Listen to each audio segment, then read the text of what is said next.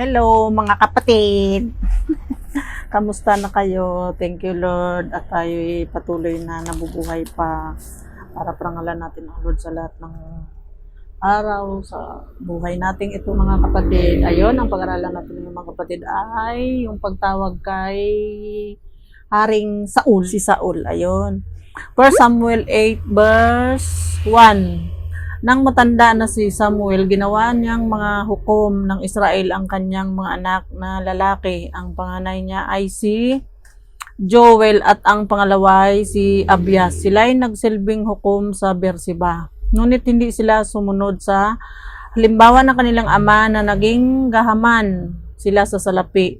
Yan, tumanggap ng suhol at hindi pinairal ang katarungan. Ayan.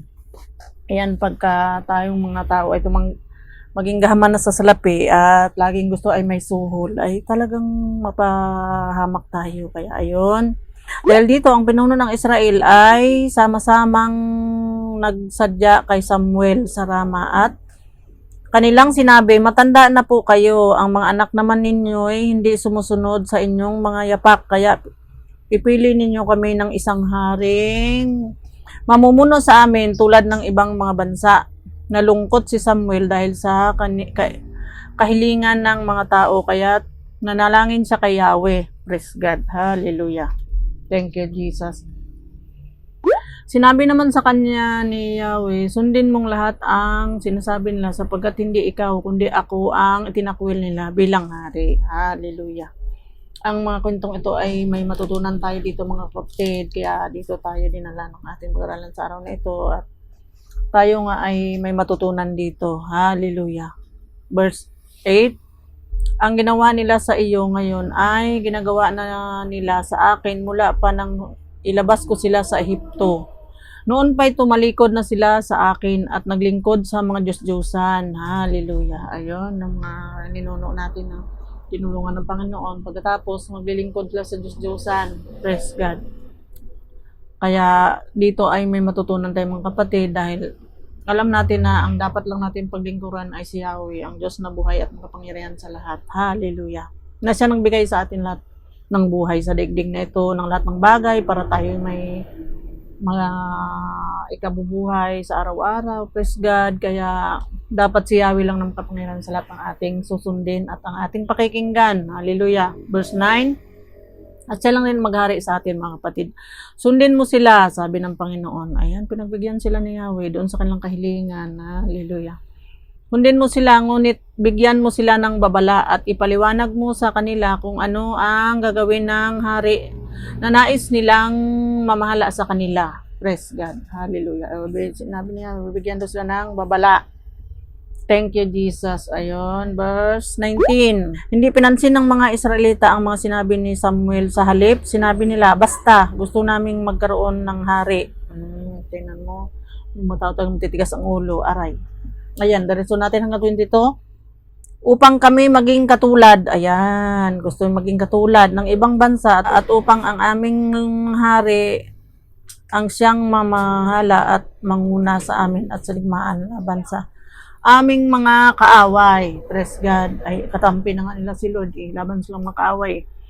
Nang mapakinggan ni Samuel ang kahilingan ng mga tao, sinabi niya ang mga ito kay Yahweh. Sinabi naman sa kanya ni Yahweh, pagbigyan mo na ang gusto nila, bigyan mo sila ng hari. Pagkatapos nito ay pinauwi na ni Samuel ang mga Israelita at sa kanilang bayan. Praise God, hallelujah. For Samuel pa rin, chapter 9, verse 2 and 3. Si Kis ang ama ni Saul na siyang namang pinakamakisig at pinakamatangkad na laki sa buong Israel. Minsan nawala ang mga asno ni Kis, kaya inutusan niya si Saul na magsama ng isang katulong at hanapin ang mga asno. Praise the Lord. Hallelujah. 8 and 9. Noong panahong iyon, ugali ng mga Israelita na lumapit sa isang manghula kung may sinasangguni sa Diyos. Manghuhula ang dati nilang tawag sa propeta. Sinabi na Saul, sige tayo na, pumunta tayo sa sinasabi mong lingkod ng Diyos at magpunta nga sila sa lungsod na kinaroonan ng nabanggit na lingkod ng Diyos. Praise God. Hallelujah. Ngayon din tayo kailangan pumunta saan kasi ito na yung Biblia na nasulatan ng mga pinagdaanan nila. Dito lang tayo mananahan. At babasahin natin, sundin natin, verse Samuel pa rin, 9:15 hanggang 17. Isang araw, bago dumating doon si Saul, nagpakita kay Samuel si Yahweh. At sinabi, Amen. Bago pa mangyari, alam na ng Lord, ang direktor ng buhay natin mga kapatid ay si Yahweh. Praise God. Hallelujah. Ang lahat nangyari, siya nag-utos. Ang mga propeta, yung mga nangyayari sa atin, kaya lang minsan tayo napapahamak kasi hindi natin napapakinggan tong direktor ng buhay natin. Hallelujah. Bukas ng ganitong oras, may darating sa iyong isang lalaking taga Benjamin. Pahiran mo siya ng langis bilang pinuno ng aking bayang Israel. Siya ang magtanggol sa mga Israelita laban sa mga Pilisteo. Naawa na ako sa nakikita kong paghihirap ng aking bayan at narinig ko ang kanilang karaingan. Praise God. Ayan, mahabagin ang Lord. Nagbigay siya ng hari kasi nga ay gusto ng hari nitong mga Israelita. Verse 17, 15, 16, 17, dumating si Saul, sinabi ni Yahweh kay Samuel, iyan ang lalaking sinasabi ko sa iyo na maghari sa Israel. Praise God. Bago pa dumating doon si Samuel, bago pa dumating si Saul, sinabi na ni Yahweh kay Samuel na ayun nga, may darating doon si Saul. Praise God. Hallelujah. Tunay nga na lahat na nangyari, bago pa mangyari, ay pinaalam na ng Lord sa mga propeta. Sabi nga niya sa Amos 3:7, hindi siya gumagawa hanggat hindi pa niya pinabatid sa mga lingkod ng propeta. Praise God. Hallelujah. Salamat sa buhay ng ating propeta si Jesus na simula pa ay siya na rin nag-direct sa ating mga isip na dapat siya ang susundin natin. Praise God. Verse 20 hanggang 21. Huwag mo nang alalahanin ang mga asnong hinahanap mo sapagkat nakita na ang mga iyon. Sino ba ang pinakamamithi ng Israel kundi ikaw at ang sambayan ng iyong ama? Hallelujah. Praise God. Bago pa ng mga nangyayari ay alam na nung direktor ng buhay natin, si Yahweh. Sumagot siya, ako po'y mula sa lipi ni Benjamin, ang pinakamaliit na lipi sa Israel at ang aming angkan, ang pinakmahirap sa aming lipi. Bakit po ninyo sinasabi sa akin iyan? Hallelujah. Praise God. O tayo din nga, diba? Tanisip natin wala tayong, hindi na tayo karapat-dapat sa tanto dahil sa akin, sa aming lipi ay ako ang pinaka burao. Praise God. Hallelujah.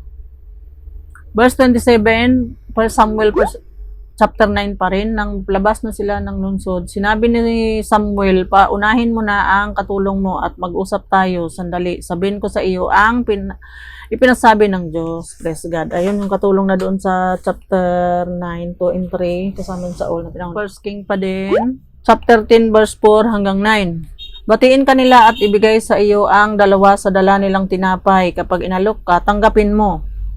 Pagdating mo sa burol ng Diyos sa may kampo ng mga Pilisteo, makakasalubong mo naman ang isang pangkat ng mga propeta na pinangunahan ng mga manunugtog ng alpa, tamborin, plauta at lira. Sila'y galing sa altar sa burol at nagpapahayag ng mga propesiya. Praise God. Hallelujah. Sa oras na iyon, lulukuban ka ng Espiritu ni Yahweh. Ikaw ay sasamas kanila at gagawin mo rin ang ginagawa nila. Magbabago ang iyong pagkatao. Praise God. Hallelujah. Pag tinanggap na natin ang Lord na naghari na siya sa ating puso, tutularan natin si Jesus. Si Jesus ang tutularan natin. Ang ginagawa ng Panginoon nung siya nagkatawang tao, yun ang ating tutularan. Praise God. Hallelujah. Magbabago yung ating pagkatao. Verse 7. First Samuel pa rin to mga kapatid. 10, 4 hanggang 9. Ano sabi? Kapag naganap na ang mga palatandaang ito, gawin mo ang dapat mong gawin sapagkat samahan ka ng Diyos. Pagkatapos noon, mauna ka sa akin sa Gilgal at pupuntahan kita roon para ipaghain ng handog na susunugin at handog pangkaipaan.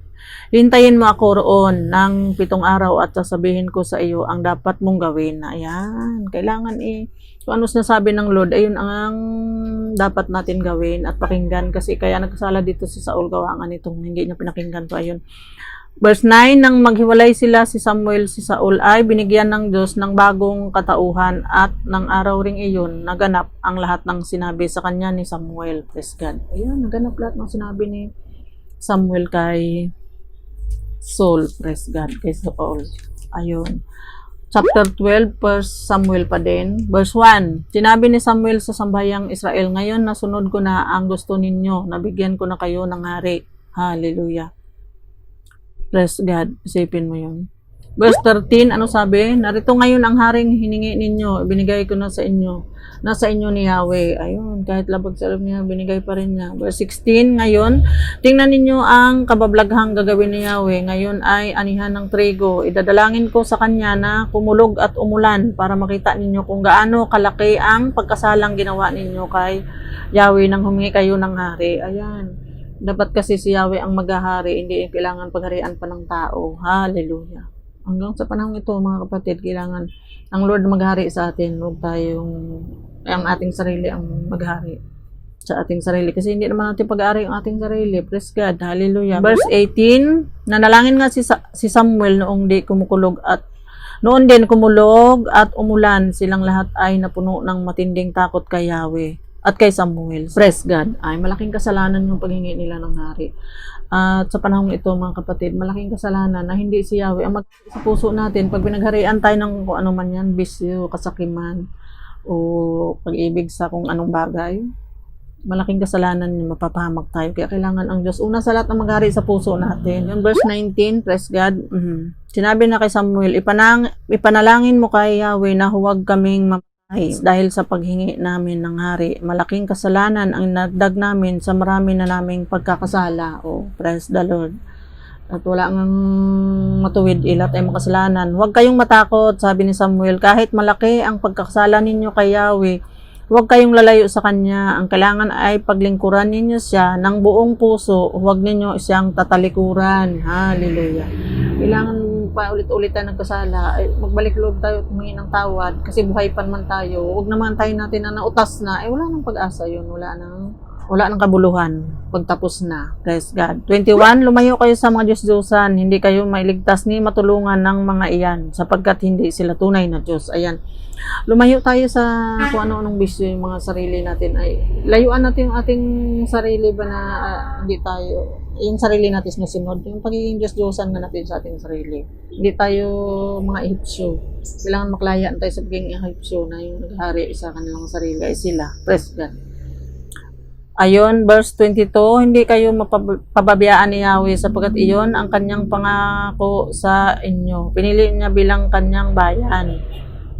Ipanalangin ko kayo at turuan ng dapat ninyong gawin. Hallelujah. Ngayon, panalangin natin at si Jesus, nalangin at turuan niya tayo ng dapat natin gawin. 24 hanggang 25, tuloy na natin. Subalit matakot kayo kay Yahweh, manatili kayong tapat sa Kanya, paglingkuran ninyo siya ng buong puso at lagi ninyong alalahanin ang mga kaputihang ginawa niya sa inyo. 25, ngunit kung manatili kayo sa inyong kasamaan, malilipol kayo lahat, pati ang inyong hari. Ayan, wala tayong mahita kung di tayo magtiwala sa Lord. Kaya kailangan sa Lord tayo magtiwala at makinig. Praise God. Verse 13. 13:6 hanggang 14. Kasi nakikipaglaban nga sa Saul siyang mamuno para labanan yung mga kaaway na yung sinasabi ni Yahweh kanina doon sa binasa natin. Praise God. Sa 9 verse 15 hanggang 17. Hallelujah. 1 Samuel 13 verse 6 hanggang 14. Nakita ang mga Israelita ang malaking panganib na kanilang kakaharapin at natakot sila kaya't nagkanya-kanya silang tago sa mga kuweba, hukay, libingan, malalaking bato at mga punong kahoy. Ang iba na may tumawid sa Jordan, papuntang Gad at Gilead. Naiwan si Saul sa Gilgal at nanginginig sa takot ang mga naiwang kasama niya. Praise God. 7 araw siyang naghintay roon tulad ng sinabi sa kanya ni Samuel. Ngunit hindi pa rin ito dumarating ang mga kasama niya. Isa-isa nang umalis. Kaya nagpakuha si Saul ng ayan, ito yung nagkasala Saul kasi hindi niya nantay si Samuel na si Samuel kasi ang maghandog. Praise God. Kaya may kanya-kanyang gawain yung malingkod ng Diyos. Huwag natin baliwalain. Kasi pag sinabi niya, siya dapat ang masusunod. Praise God. Hallelujah. Pakuha si Saul ng handog na susunugin at handog pangkapayapaan at siya na ang naghandog sa mga iyon. Katatapos lamang niya maghandog nang dumating si Samuel. Ayun. Pag mainip ko ano man yung utos ng Lord, kung may mga inantay tayo ng pagpapala, ay dapat tayo maghintay. Huwag natin pangunahan ang malingkod ng Diyos. Nagsabi ko anong dapat natin gawin. Praise God. Hallelujah. Thank you, Jesus. Ayun, sinabi sa kanya ni Samuel, malaking kasalanan yung ginawa mo kung sinunod mo ang inuutos sa iyo ni Yahweh na iyong Diyos. Ang sambayan mo sana ang maghari sa buong Israel habang panahon. Ngunit, dahil sa ginawa mo, hindi na matutuloy iyon. Si Yahweh ay pipili ng isang taong mula sa kanyang puso na maghari sa Israel sapagkat hindi mo sinunod ang mga utos niya sa iyo. Praise the Lord. Hallelujah. Kaya ito ang nangyari kay Saul dahil hindi niya sinunod. Ayan. Pipili daw siya. Ayun na yung ang kasunod nito ay pagtawag kay David. Ayun, pinagbigyan pa rin siya ng Lord sa 15. Ayun, inutusan uli siya. Nagkasalan niya dun sa chapter 13 dahil nga dun sa paghandog. Chapter 15, inutusan uli siya. Na lipulin na may Amalekita. Praise God. Kaya tunay nga na kailangan sumunod tayo sa Panginoon nang hindi tayo mapahamak. Ayun. 1 Samuel pa rin, 15 verse 1, 2 hanggang 3. Sinabi ni Samuel kay Saul, isinugo ako ni Yahweh upang hirangin ka bilang hari ng Israel. Kaya pakinggan mo ang mensahe ni Yahweh. Pinasabi ni Yahweh na magpangilan sa lahat. Parusahan ko ang Amalekita tulad ng ginawa niya sa Israel nang ito'y nilabas ko sa Ehipto. Lusubin mo ang Amalekita at lipulin silang lahat. Wasakin mo ang lahat nilang ari-arian at huwag magtira kahit isa. Praise God. Ayun. Ang ginawa naman ni Saul ay hindi niya sinunod. Ayun. Sinalakay nila Saul ang mga Amalekita at sinulo ang mga ito mula sa Abila hanggang sa Sur, sa silangan ng Ehipto. Hindi rin Verse 8, nilipol niya ang mga taong bayan, ngunit binihag ng buhay si Haring Agag. Hindi rin na Saul ang mga magandang baka, tupa at lahat ng tabang hayop. Doon ang sinugi lang nila ay lahat ng hindi mapakinabangan. Praise God. Ayan, galit tuloy uli ang Lord. 11, nang hinayang ako sa pagpili ko kay Saul bilang hari sapagkat tinalkuran niya ako at sinuway ang aking mga utos. Nagalit si Samuel at magdamag siyang nanalangin. Mabuti naman to Samuel at pag nagagalit ay magdamag na nanalangin. Praise God. Bakit mo sinuway ang utos ni Yahweh? Bakit mo pinag-imbutan ang mga ito? Hindi mo ba alam na ang ginawa mo'y malaking kasalanan kay Yahweh? Sumagot si Saul, sinunod ko si Yahweh, pumunta ako sa niya sa akin, binihag ko si Agag, ang hari ng Amalek at inilipol ang Malekita. Ngunit pinili ng mga tao ang pinakamainam ng mga tupa at baka at hindi namin sinugi kasama ng iba. Sa halip ay inuwi namin sa Gilgal upang ihandog kay Yahweh. Sinabi ni Samuel, akala mo ba higit na magugustuhan ni Yahweh ang handog at hain kaysa ang pagsunod sa kanya? Mas mabuti ang pagsunod kay Yahweh kaysa paghandog at ang pakikinig ay higit na haing taba ng tupa. Ang pagsuway sa kanya ay kasinsama ng pangkukulam at katigasan ng ulo'y tulad ng pagsamba sa Diyos-Diyosan. Sapagkat tinakwil mo ang salita ni Yahweh, tinakwil ka rin niya bilang hari. Hallelujah. Verse 23. Ayan, tinakwil siya bilang hari. Praise God. Sinabi ni Samuel, hindi kita masasamahan sapagkat sinuway mo ang utos ni Yahweh, tinakwil ka na niya bilang hari ng Israel. Tumalikod si Samuel upang umalis, ngunit hinawakan ni Saul ang kalaylayan ng damit niya at napunit ang kapiraso nito. Sinabi ni Samuel kay Saul, sa araw na ito, tinanggal na sa iyo ni Yahweh ang pagiging hari ng Israel at ibinigay na ito sa isang taong mas mabuti kaysang sa iyo. Ayan, praise God, nagalit ang Panginoon. Verse 35, 1 Samuel pa din. Mula noon, hindi na siya muling nagpakita kay Saul. Subalit, ikinalungkot din niya ang pangyayari kay Saul. Si Yahweh naman ay nang hinayang sa pagkapili niya kay Saul bilang hari. Praise God. Ayun na dito tayo nagtatapos mga kapatid, kaya kailangan susundin natin ang Panginoong Yahweh at para hindi tayo mapahamak. Ito si Saul nang napahamak sa dahil hindi niya sinunod yung utos ng lingkod ng Diyos na tumawag sa kanya. Praise God. Hallelujah.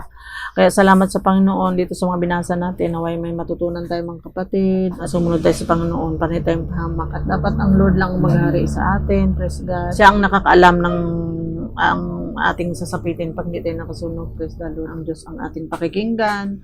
Thank you, Father God in heaven. Thank you, Jesus. Thank you, Holy Spirit. Salamat mga kapatid sa inyong pakikinig. Ang Diyos ay maparangalan natin sa magitan ng ating pagbabasa ng kanyang mga salita. Amen.